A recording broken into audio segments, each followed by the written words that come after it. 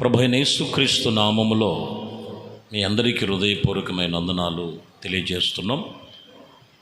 గడిచిన దినములన్నీ కూడా ప్రభు మనల్ని ఆయన కృపాహస్తములో చాపి భద్రపరిచి ఆయన కృపలు మనల్ని బలపరిచిన దేవాది దేవునికి మహిమ ప్రభావములు కలుగునుగాక. పరిశుద్ధ గ్రంథములో ప్రసంగి గ్రంథము 5వ అధ్యాయం 19వ వచనాన్ని చదువుతున్నాం.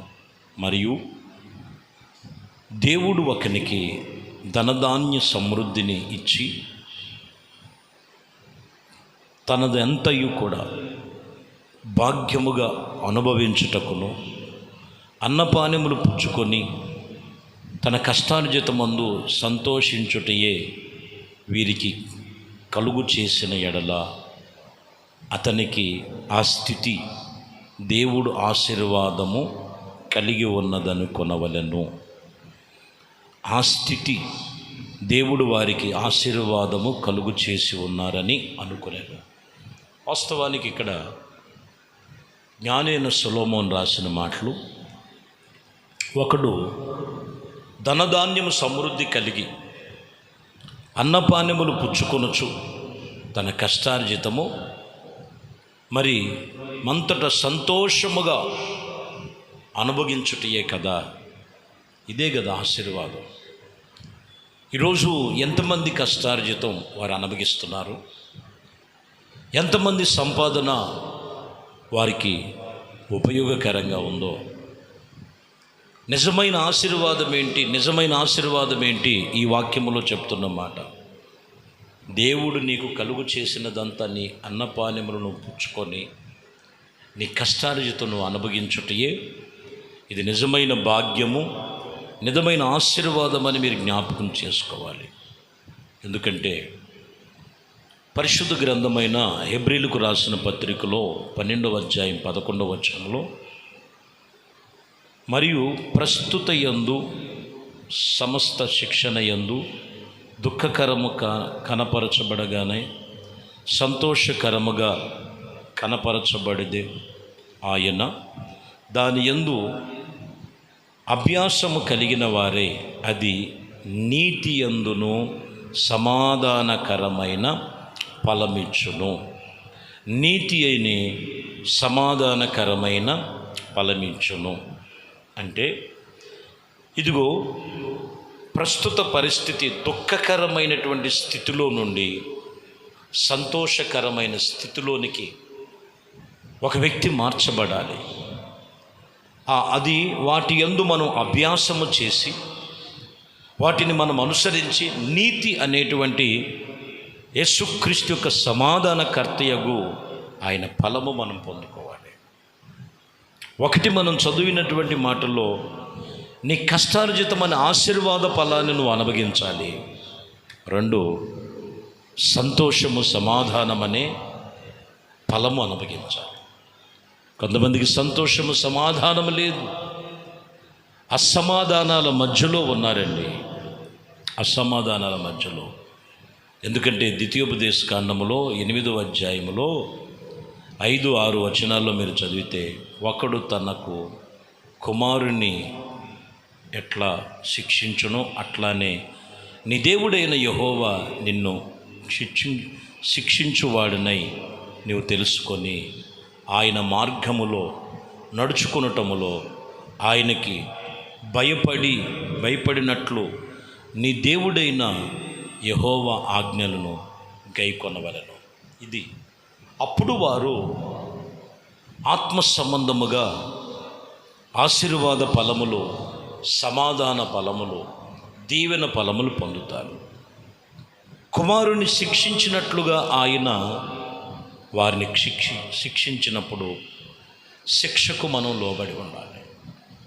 శిక్షకు లోబడి ఆయన మార్గములో చక్కగా నడుచుకోవాలి. కొంతమంది చూడండి, ఆశీర్వాదాలు, దీవెనలో గెలుపు, జయమే అనుకుంటారు. కొన్నిసార్లు వాటాన్ని సవి చూడరు. నేను ఓడిపోయాను, నేను పడిపోయాను, నేను జారిపోయాను, ఇక నా పని అయిపోయింది. ఇక్కడ గమనించాలి, తన కుమారులను శిక్షించినట్లుగా నేను వారిని శిక్షించినప్పుడు ఆ శిక్షలో వాడు నీవు తెలుసుకొని ఆయన మార్గములో చక్కగా నడవాలి. అంతేగాని ఆయన మార్గములో నుండి తొలగిపోతే జయం పొందుకోలేం. ప్రతి మనిషిలో వాటమి ఉంటుంది, ప్రతి మనిషిలో నష్టం ఉంటుంది, ప్రతి మనిషిలో కష్టం ఉంటుంది. కానీ ఆ నష్టములో, కష్టములో, వాటములో నువ్వు నిలబడినప్పుడే నువ్వు జయం పొందుకుంటావు. ఆ మార్గంలో నిలబడాలి. ప్రభువుని వద్దకు వచ్చి ప్రభుతో నడుస్తూ ఆయన అనుసరించి నడుచుకునే విషయంలో ఆయన మార్గములు జాగ్రత్తగా ఉండాలి. 7లో వచ్చేలాగే మనం చూడొచ్చు. 8వ అధ్యాయం 7వ వచనంలో, నీ దేవుడైన యెహోవా నిన్ను మంచి దేశములో ప్రవేశించినట్లు అది నీటి వాగులలో, లోయలలో నుండి, కొండలలో నుండి ఇదిగో పారి ఓటగా అగాధ జలములు గల దేశముగా నేను నిన్నలను అక్కడ నియమిస్తానని ప్రభు చెప్తున్నాడు. ఎన్ని అనుభవాలు ఉన్నాయి. కొండల అనుభవం ఉంది, లోయల అనుభవం ఉన్నది, మెట్టల అనుభవం ఉన్నది. అయినను వాటినన్నిటినీ దాటుకొని ఇదిగో నేను ఒక చోటు ఉన్నది, అక్కడ నేను నిలబెడతాను. ఈరోజు చాలామంది జాగ్రత్తగా వినాలి. ఒకరు ఆశీర్వాద ఫలము, నీతి ఫలములు, సమాధాన ఫలములు, దేవుడితో ఆశీర్వాద ఫలాలు కావాలంటే కొన్ని అనుభవాలు గుండా ఆయన మార్గములో, ఆయన గద్దింపుకు లోబడి, ఆయన శిక్షకు లోబడి, ఆయన యందు మనం భయభక్తులు కలిగి నడుచుకున్నప్పుడు ఖచ్చితంగా నువ్వు చూడవలసిన దానికంటే అధికముగా నువ్వు చూస్తావు. ఎందుకంటే ప్రకటన గ్రంథములో మీరు గమనిస్తే 3వ అధ్యాయం 19వ వచనంలో, నేను ప్రేమించు వారందరినీ గద్దించి శిక్షిస్తాను కనుక నీవు ఆసక్తి కలిగి మారు మనసు పొందుము. చూసారా, ఎవరినైతే ప్రభు ప్రేమిస్తున్నాడో వారిని గద్దిస్తాడు. గద్దించటమే కాదు, వారిని శిక్షిస్తాడు. శిక్షించటమే కాదు, ఆ శిక్షలో నీవు నిలిచి ఆసక్తి కలిగి ఏం కలిగి ఉండాలంట, నాలో ఉన్న తప్పిదములు మారు మనసు పొందాలి. మందిని చూడండి, తప్పులు ఉన్నాయి అనుకోండి, గద్దించావంటే అబ్బే గద్దిస్తే వాళ్ళ మాట అసలు లెక్క చేయరు. ప్రభు అంటాడు నేను గద్దిస్తాను, శిక్షిస్తానని కూడా చెప్పాడు. గద్దింపుకు లోబడాలి, శిక్షకు లోబడాలి. అప్పుడు నన్ను ఎందుకు గద్దించారు, దేని విషయంలో గద్దించాడు, దేని విషయంలో నన్ను శిక్షిస్తున్నాడు, వాటి విషయంలో అక్కడ అంటాడు ఆసక్తి కలిగి మారు మనసు పొందుము.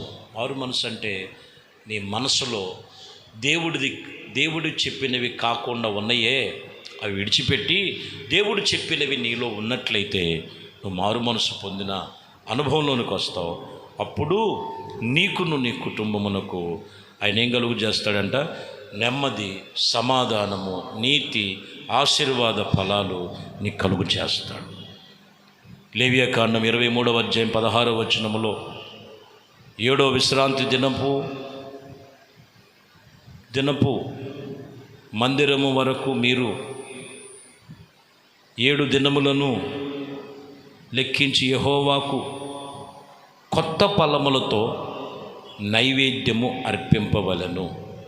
లాస్ట్గా ఇక్కడ చెప్పే మాట, కొత్త ఫలాలు ఉండాలి. కొత్త ఫలముతో దేవునికి మనము నైవేద్యము అర్పించాలి. ఎప్పుడు చేసిన ప్రార్థన చేయటం కాదు, ఒక కొత్త ధనం, కొత్త ఫలముల చేత నువ్వు నైవేద్యము వలె ప్రభు సన్నిధులు అర్పించాలి. అప్పుడు నీవు నీతి ఫలముల చేత ఆశీర్వదించబడతావు. దేవుడి మాటల చేత నీవు, నీ కుటుంబం, నీ ఆత్మీయ జీవితం సరిచేసుకొని ప్రభు వైపు మరలి ఉండు. ఒక కొత్త ఫలాలు నీ జీవితంలో ప్రారంభమవుతాయి. దేవుడు కృప మనందరికీ తోడై ఉండి నడిపించునుగాక. ప్రార్థన. మహాపరిశుద్ధుడా, ప్రేమ కలిగిన తండ్రి, దయగలిగిన మా ప్రభువా, విశేషమైన పరిశుద్ధ నామమును బట్టి నీకు వేలాది స్తుతులు, స్తోత్రాలు చెల్లిస్తున్నాం. ఆత్మ సంబంధమైన మీ కృప చేత, పరిశుద్ధాత్మ కార్యముల చేత, క్రొత్త ఫలముల చేత, నీతి ఫలముల చేత, ఆశీర్వాద ఫలముల చేత, సమాధానం అనే ఫలముల చేత మీ బిడ్డలను దీవించి వాక్యం వింటున్న ప్రతి ఒక్కరిలో వాక్యానుసారమైన జీవితాలు ప్రతి ఒక్కరికి కట్టి బాగు చేసి మీరే స్థిరపరిచి నడిపించమని యేసయ్య మీకే స్తోత్రాలు చెల్లిస్తూ ఘనత, మహిమ, ప్రభావాలు మీకే పొందుకోమని నజరేయుడనేసు క్రీస్తు నామములో ప్రార్థించి వేడుకొనుచున్నాము తండ్రి. ఆమేన్. ప్రభు మిమ్మల్ని దీవించి ఆశీర్వదించునుగాక.